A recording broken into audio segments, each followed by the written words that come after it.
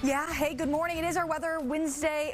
Wow, I'm spinning it all around. Weather Wednesday wisdom for you. So let's take a look at our maps, if we can get those up in a second, and we will talk about the monsoon. Monsoon pattern officially, the season itself developed on Sunday. So it's always June 15th each year. That's when it begins.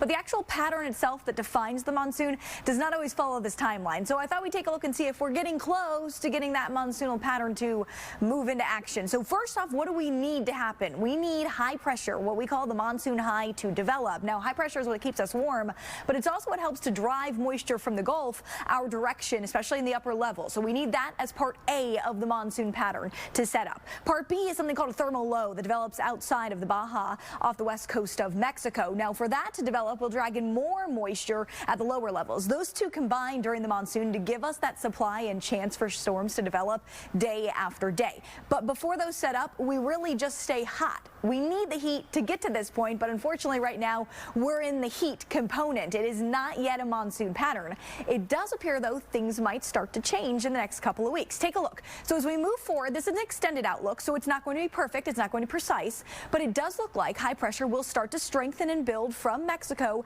and over Texas by the end of June. This is June 27th. So that's the heat map. Now we're looking at the actual moisture map here. So this is about this weekend. You can already see some of the moisture starting to trickle in from the south near parts of West Texas and New Mexico, not to Arizona yet. But as this high pressure continues to build up and over Texas, notice this kind of shield of moisture starting to wrap up and around that area of high pressure, getting awfully close to Arizona by the end of June. So the question is, can this start to wobble our way by early July and push that moisture our direction? And it does look like that may happen. So here's your top takeaways when we look at the next couple of weeks for the monsoon pattern. There's increasing likelihood that humidity will start to tick up by the end of June. And if you're old school, you remember that used to be how we defined the start of the monsoon season, our humidity climbing.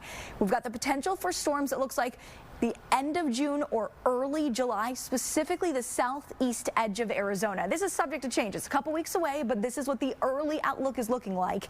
We're going to have to keep an eye on New Mexico and West Texas. As long as we see them getting more stormy over these next couple weeks, it's a good sign that that storm might start to move our direction. Guys.